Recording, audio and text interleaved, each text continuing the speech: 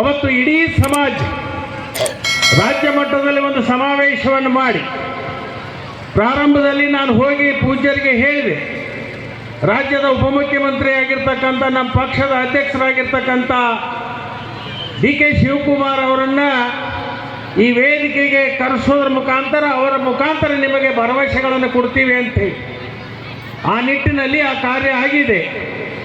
ನಾನು ಇಷ್ಟೇ ಕೇಳ್ತೀನಿ, ಪರಮ ಪೂಜ್ಯರ ಸಂಕಲ್ಪ ಏನಾಗಿದೆ ಆ ಸಂಕಲ್ಪ ಕೆಲವೇ ದಿನದಲ್ಲಿ ಸಿದ್ಧಿ ಆಗ್ತಿದೆ ಅಂತಕ್ಕಂಥ ಮಾತನ್ನು ಈ ಸಂದರ್ಭದಲ್ಲಿ ನಾನು ಹೇಳಿಕ್ಕೆ ಬಯಸ್ತೀನಿ. ಯಾಕಂದರೆ ನಾನು ವಿಶೇಷವಾಗಿ ಸಿದ್ದರಾಮಯ್ಯನವರಿಗೂ ಕೂಡ ಈ ಮಾತನ್ನು ಹೇಳಿದೆ.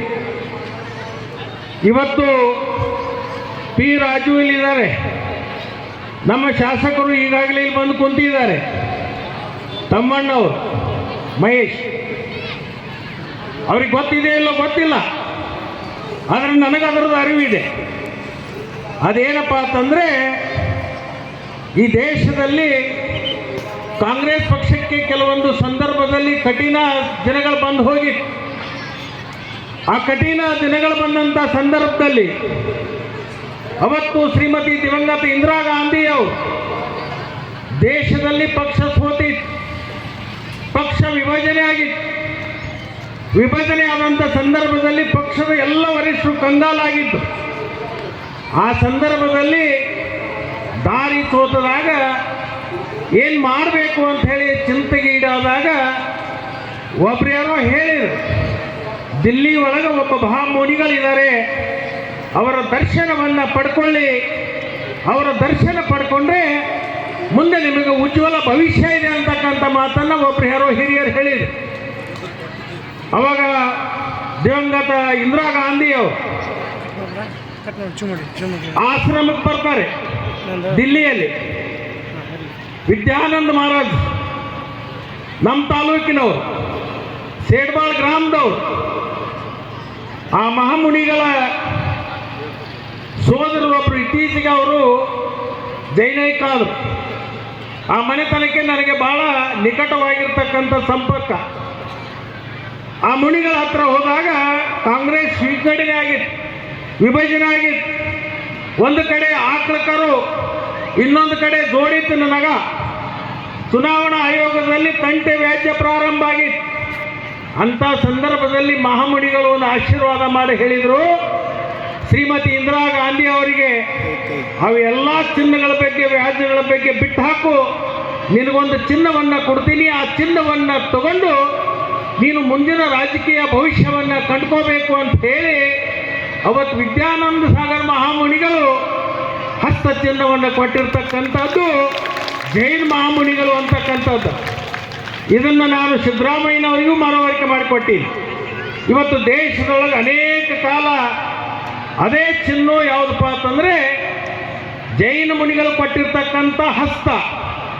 ಆ ಹಸ್ತದ ಗುರುತದ ಮೇಲೆ ಇಂದಿರಾ ಗಾಂಧಿ ಅವರು ಪ್ರಧಾನಮಂತ್ರಿ ಆದರು, ರಾಜೀವ್ ಗಾಂಧಿ ಅವರು ಪ್ರಧಾನಮಂತ್ರಿಗಳಾದರು, ಮನಮೋಹನ್ ಸಿಂಗ್ ಅವರು ಪ್ರಧಾನಮಂತ್ರಿಗಳಾದರು.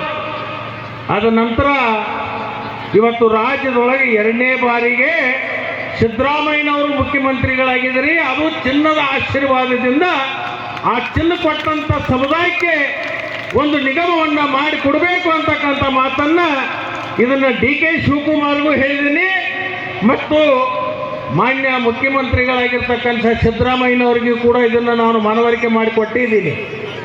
ಅನೇಕ ಶಾಸಕರಿಗೆ, ಸಚಿವರಿಗೆ ಇದರ ಅರಿವಿರಲಿಲ್ಲ. ಇದನ್ನು ಹೇಳಿದ ಮೇಲೆ ಅವರ ಅರಿವಿಗೆ ಬಂದಿದೆ. ನನಗನ್ನಿಸುತ್ತೆ ಆ ಒಂದು ಚಿನ್ನದ ಸಮುದಾಯದ ಗುರುಗಳ ಒಂದು ಋಣವನ್ನು ತೀರಿಸೋಕ್ಕೋಸ್ಕರ ಈ ಸಮುದಾಯಕ್ಕೆ ಪ್ರತ್ಯೇಕವಾಗಿರ್ತಕ್ಕಂಥ ಒಂದು ನಿಗಮವನ್ನು ಸ್ಥಾಪನೆ ಮಾಡಿ ಕೊಡಬೇಕಾಗಿರ್ತಕ್ಕಂಥದ್ದು ಅತ್ಯಂತ ಅವಶ್ಯಕತೆವಾಗಿರ್ತಕ್ಕಂಥದ್ದು. ಕಾರಣ ಏನಂದರೆ ಈ ನಿಗಮದ ಮುಖಾಂತರ ಅತ್ಯಂತ ಬಡವರಿರ್ತಕ್ಕಂಥ ವಿದ್ಯಾರ್ಥಿಗಳಿಗೆ ಅದು ಶಿಕ್ಷಣ ಇರ್ಬೋದು, ದಾಸೋಹ ಇರ್ಬೋದು, ಇದನ್ನೆಲ್ಲವನ್ನು ಕೊಡಲಿಕ್ಕೆ ಅದು ಬಹಳಷ್ಟು ಅನುಕೂಲವಾಗಿರ್ತಕ್ಕಂಥದ್ದು. ಜೈನ ಸಮುದಾಯದಲ್ಲಿ ಅಹಿಂಸೆಯನ್ನು ಪ್ರತಿಪಾದನೆ ಮಾಡ್ತಕ್ಕಂಥದ್ದು, ಪ್ರತ್ಯೇಕವಾಗಿರ್ತಕ್ಕಂಥ ಈ ಧರ್ಮದ ರಕ್ಷಣೆಗಾಗಿ ವಿದ್ಯಾರ್ಥಿಗಳನ್ನು ನಾವು ಕಾಪಾಡಬೇಕಾಗಿರ್ತಕ್ಕಂಥದ್ದು, ಅವರಿಗೆ ಧರ್ಮದಿಂದ ನಡಿಲಿಕ್ಕೆ ಹೋಗಬೇಕಾಗಿರ್ತಕ್ಕಂಥ ಸೌಕರ್ಯಗಳನ್ನು ಕೊಡಬೇಕಾದ್ರೆ ಇದು ಅವಶ್ಯಕತೆ ಇದೆ. ಮತ್ತು ಇದರ ಜೊತೆಗೆ ಪ್ರತ್ಯೇಕವಾಗಿರ್ತಕ್ಕಂಥ ವಸತಿ ಮಾಡಲಿಕ್ಕೆ ಅವರಿಗೆ ಹಾಸ್ಟೆಲ್ಗಳನ್ನು ನಿರ್ಮಾಣ ಮಾಡ್ತಕ್ಕಂಥದ್ದು ಅವಶ್ಯಕತೆ ಇದೆ ಮತ್ತು ಅತ್ಯಂತ ಯೋಗ್ಯವಾಗಿರ್ತಕ್ಕಂಥ ಬೇಡಿಕೆ ಇದೆ.